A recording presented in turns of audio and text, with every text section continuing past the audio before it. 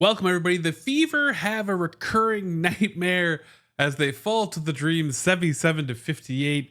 And I'm going to be honest, that the Fever deserve to lose this game. The only thing worse than their second half performance was the Dream announcers in this game. I've never seen or listened to a bigger pair of homers contradicting themselves, falling over themselves to make every Dream thing seem amazing and perfect and okay. And every slight of the Fever to be the most obvious awful thing ever.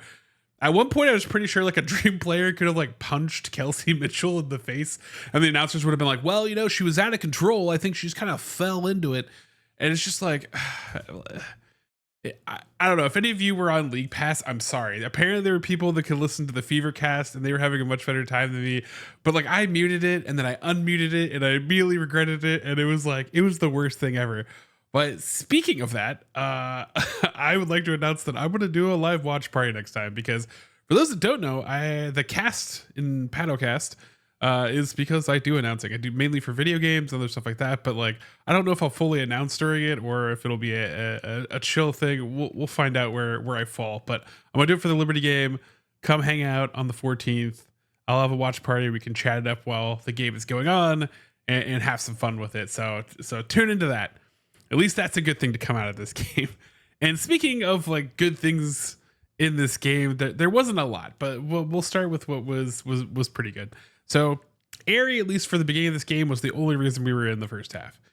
The threes, the defense, she did lots of things that she's known for is good. She has been very consistent throughout the games that we've had her. She was very good in the first half, and we all struggled in the third quarter, but down the stretch, she was probably one of the best performing players on this team as a whole, which is a tough spot to be in. Dewana Bonner, Natasha Howard, they actually had some good minutes even on defense. They shot admirably. Howard did pretty well tonight. Aaliyah Boston actually had some really good minutes as far as like when you balance out the defense and the offense. She struggled a little bit, but overall, she had some good minutes. And that's it. That's pretty much all the good, except for one thing we'll get to at the end. But besides that, I'm gonna have a bigger breakdown of this game. I don't want you to have to rewatch it, but I'm gonna subject myself to it because I love you all, and I want to break down some of the things that the Fever can improve on. Obviously, there's a lot in this game, but I think there's some key things that they definitely can improve on. And talking at least offensively, I mean, there's a lot of people that blame Stephanie White for things that are going wrong with this team. But it's not Stephanie White's fault that the Fever shot like 35% from the floor, 5 for 24 from 3. They shot 61% again from the free throw line. I mean, this offensive performance was, I mean, it's like we got infected by the sky is what it felt like. Like we could not make shots. And in the first half, the fact that we were tied left me hopeful. But that third quarter was just life draining. And then, we had a little bit of life in the fourth quarter, but it became garbage time really, really fast. And we never really could make any ground. They subbed out and we were playing against the C team by the end of it. Now, I think another thing that kind of is just a reoccurring theme that we're battling here too is that there are just games where Kelsey Mitchell she's going to have her on games like against the Sky and during our good stretch. And she's going to have her off games. And if you don't have someone like Caitlin Clark or another player that can be high impact while Kelsey Mitchell is struggling, she just, man, it's tough. And part of it is, yes, she's not getting calls going to the basket. But the other part of it is that, she's just taking a lot of shots and whiffing. And on another note, Aaliyah Boston, I think Aaliyah Boston's problem this game, especially when you break it down, a lot of it's knowing your personnel when on offense of like who you're going against. Brittany Griner's not going to close you out super fast. She's tall, she's slow, she wants to put as little effort as possible. If you drive to the hole, she's just going to stand there with her arms up really high, and she's probably going to stop you from getting a good shot. However, there's lots of times where AB was trying to do like, her pump fakes and like secondary moves to drive and try to get down underneath the basket.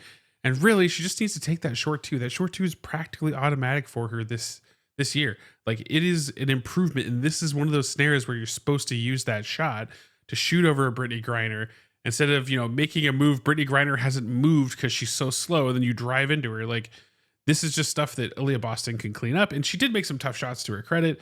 And she did her best down low. She drew so many just defensive fouls just because she was battling with the bigs. But you can only do so much there, and you get very tired if you're trying to fight on both ends of the floor. So this is just another game where the size of the Dream really got to us. And when it comes to the defensive side of the ball, Bree Jones owned us. She owned us both sides of the floor. She kept getting low seals. She had some good moves. She was getting her and ones. We just couldn't stop her tonight, and it was brutal. We did a decent job against Brittany Griner. We got her in foul trouble early, which helped us. But for Bree Jones, I think the main thing is a lot of the problems came from we kept getting into ISO situations, and the Dream are like a mixtape team. They want to get one-on-ones. They want to get ISOs.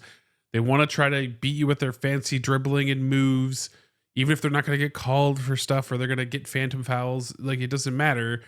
Like, you need help defense. You need players stunting. You need double teams, which eventually the Fever kind of got to, but the offensive woes never really allowed a recovery in that sense.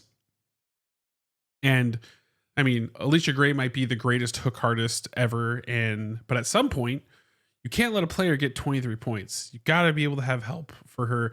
You got to be able to have ways to stop a player like that. And at the end of the day, it was 46 points to 28 points in the paint, which is a lot of the difference in this game. And it shows because for the first part of the game, the Atlanta Dream couldn't buy a three. And that's what was keeping us in the game. And then we couldn't make anything. But speaking of hooking on to players and all that fun stuff, I'm glad Steph got a tech. I mean, that is actually a good thing in this game because the refs deserve to be yelled at. AB talked to the refs. Clark talked to the refs at one point. And in some of them, it just seemed like they weren't receptive or understanding what was going on.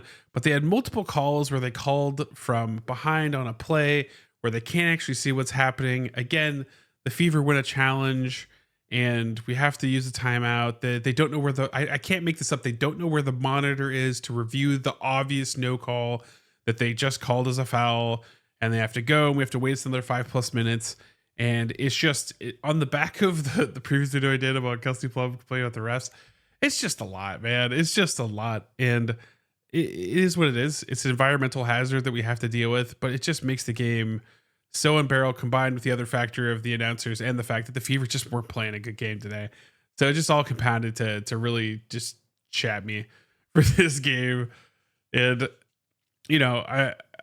I'm glad she got mad on Aries' behalf because I think that we need some fire from Steph, and she needs to, at that point in the game, like you gotta let that be known. You gotta let your frustration be known, and I think that that's fair. And listen, I think the team is still going to be fine, but this makes me want Clark back even sooner because man, there's just times like this where it's like you need another offensive engine, and if we had Clark, this game's gonna be a lot closer. We're gonna win because we would have been up at the half if she was in the game. I'm going to let this, fall away. I'm going to sleep tonight. And then, when I wake up refreshed in the morning, I'll go back and look at the tape with some fresh eyes and come away with some good nuggets for you all. But for right now, I just get to be a little bit salty. So tune in tomorrow as I break down the film and let me know down in the comments what you thought of the game, but also let me know if you're going to show up to the watch party. Would love to see you there. Would love to chat up live with all of you that can make it. And with that said, as always, remember, you're going to be amazing today because you are amazing. And I'll catch you next episode.